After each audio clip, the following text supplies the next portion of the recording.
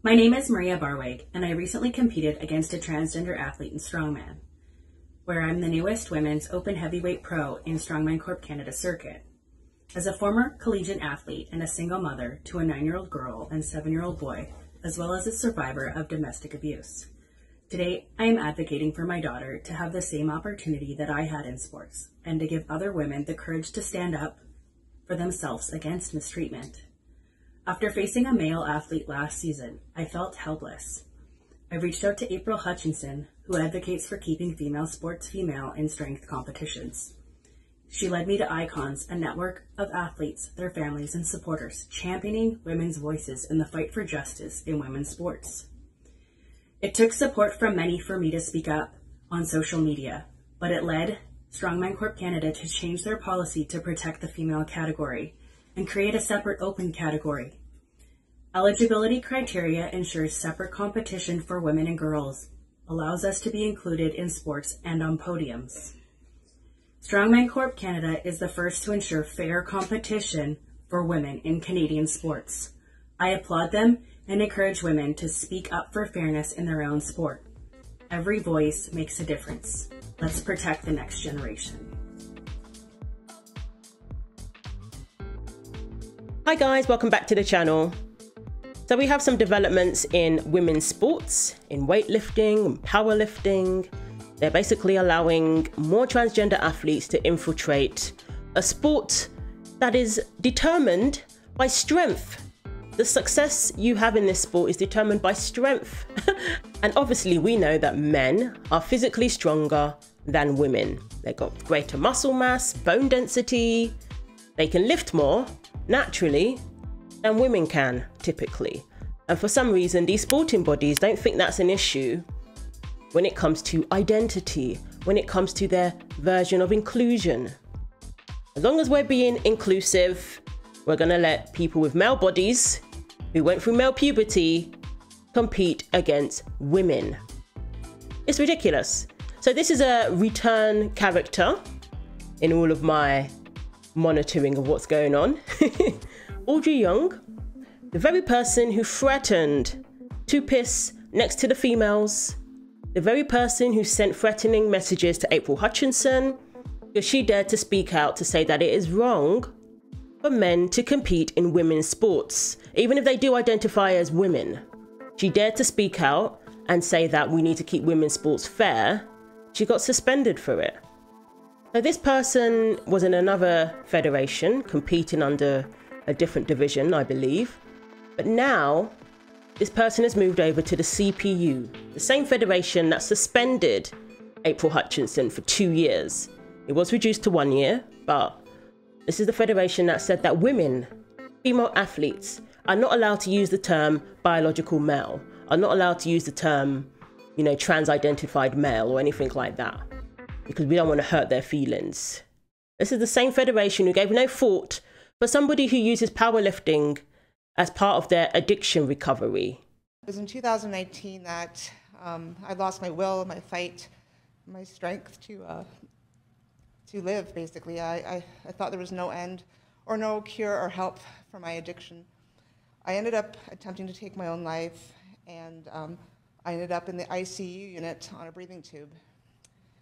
When I woke up, I basically had two options. It was to either to live or to die. And I exited the rehab literally the day after I started powerlifting. During this time, I did discover that one of the athletes was a biological man. I asked this individual if he had planned on competing at the next competition. He replied that he would be going and competing. I told this individual that I thought that was completely unfair. When I asked the Federation if they're going to be doing anything about it, they say, April, it's okay. There's only one trans-identifying athlete. It's not a big deal. Just deal with it. So I ask you, is it okay if one athlete weighs over by 2.5 pounds on competition day? Do they still get to compete?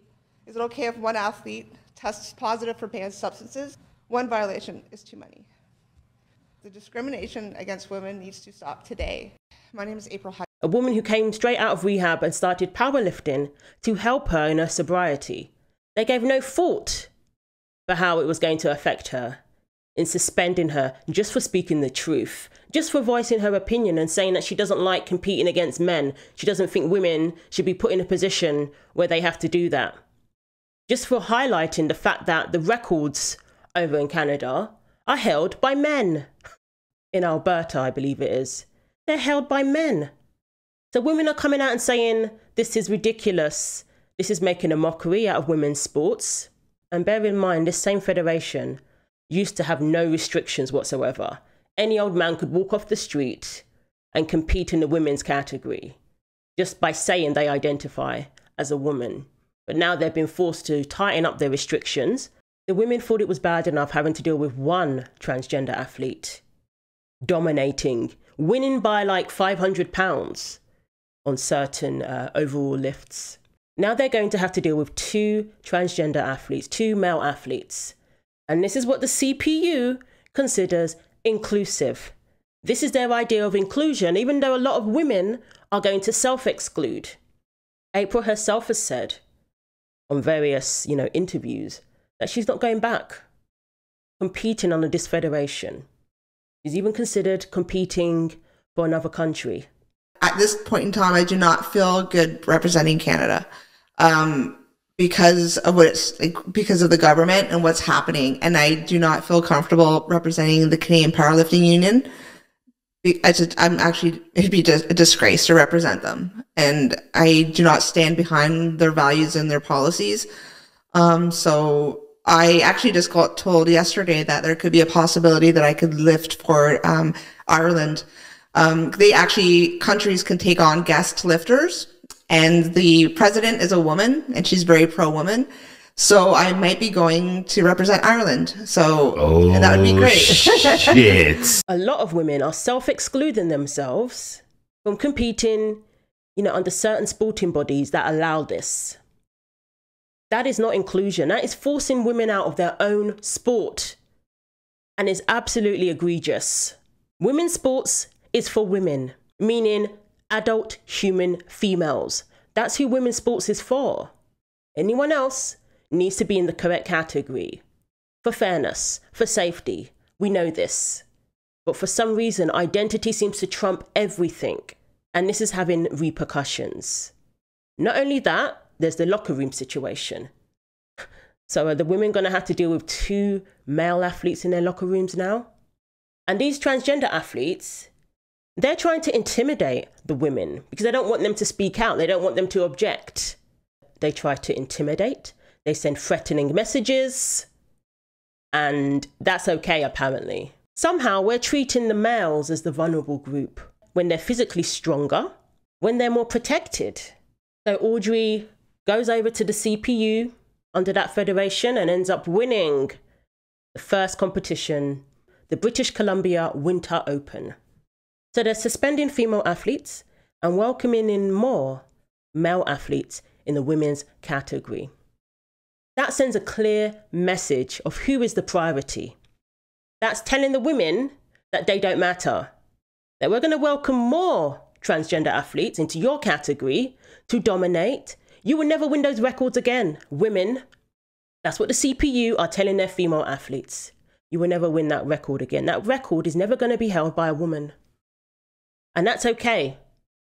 That's inclusive. This is what we're going to see happen if they continue to allow male athletes to compete in the women's category. So Audrey set up a GoFundMe, I believe it was a couple of years ago, or maybe last year. And April, commented on it, basically saying this is a mediocre male trying to earn money to continue to compete against women.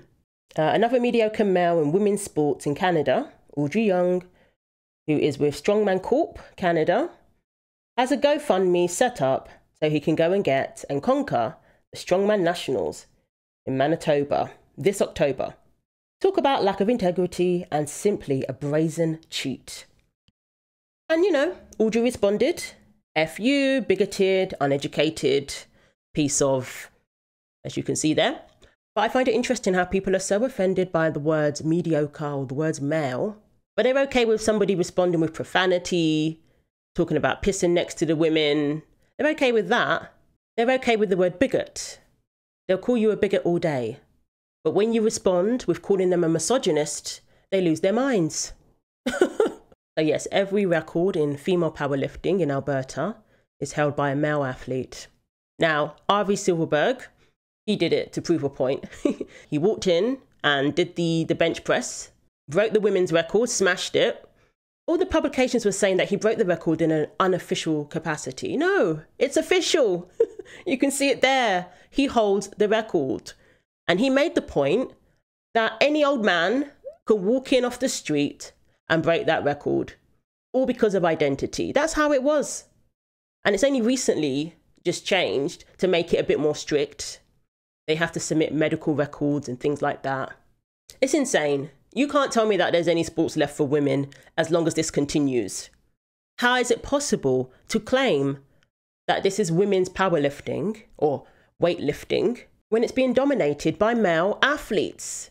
That is not women's sports.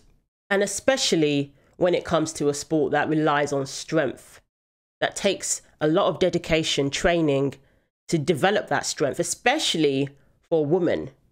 A woman cannot build muscle as easily as a man can because they don't have the testosterone. And if a woman was to start taking testosterone, that would be classed as doping.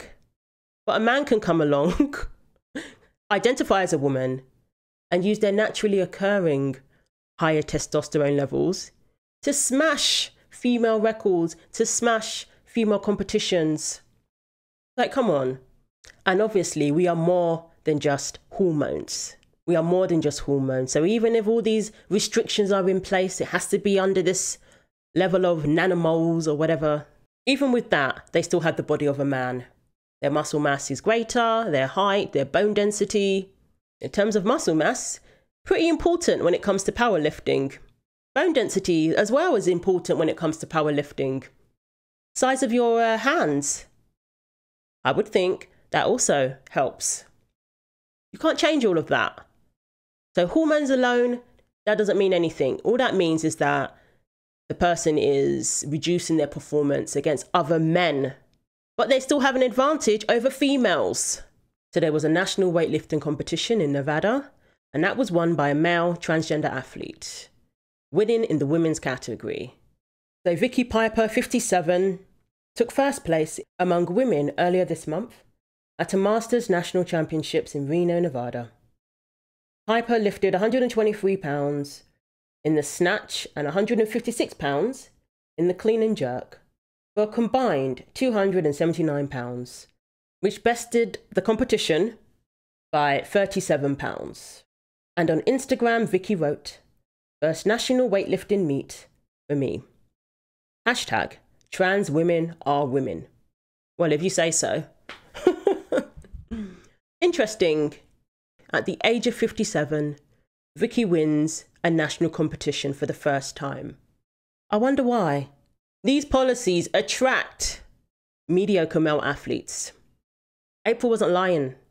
They attract mediocre male athletes who couldn't achieve any of this while competing against other male athletes. They couldn't. So they're drawn to women's sports. They're drawn to the women's competition.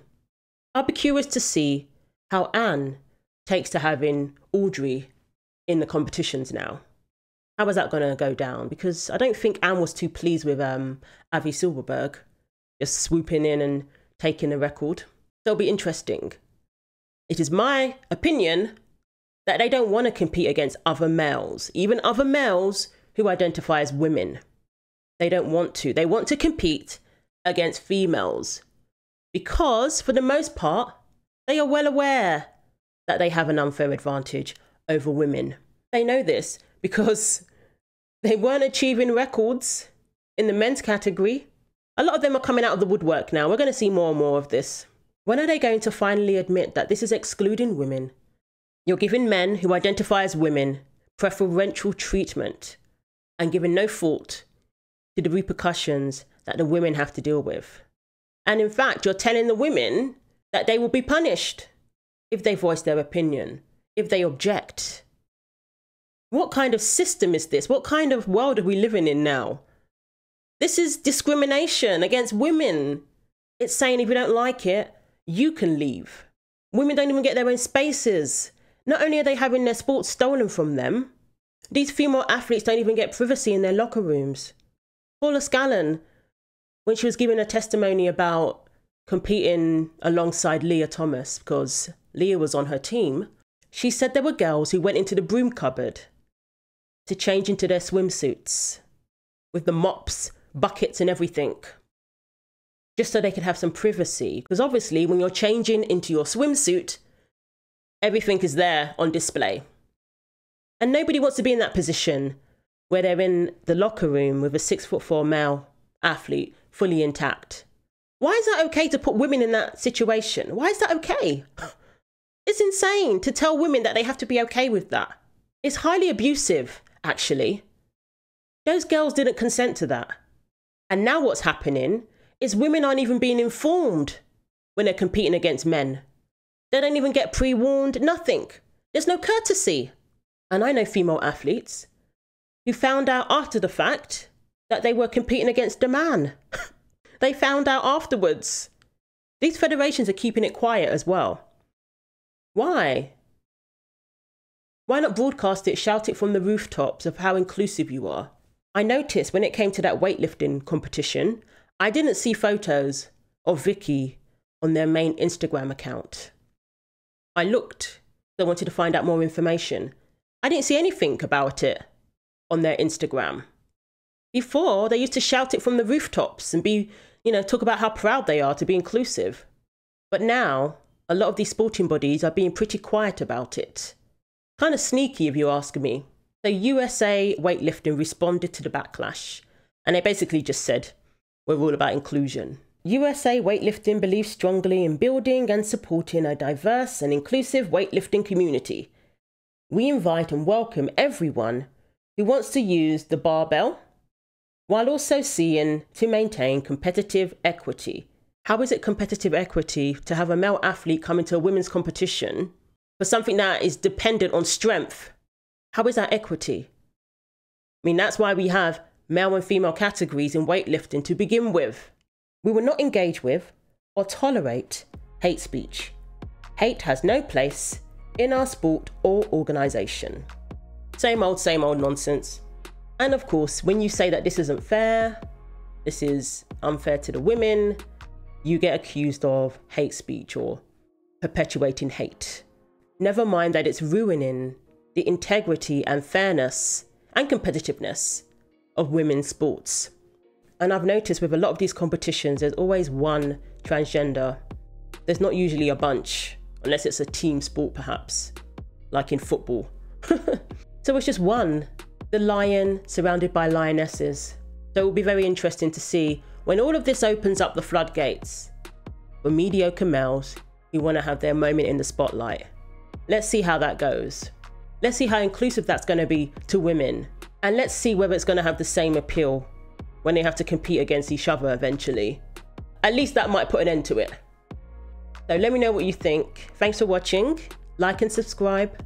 Take care of yourselves, and God willing, I will see you in the next video.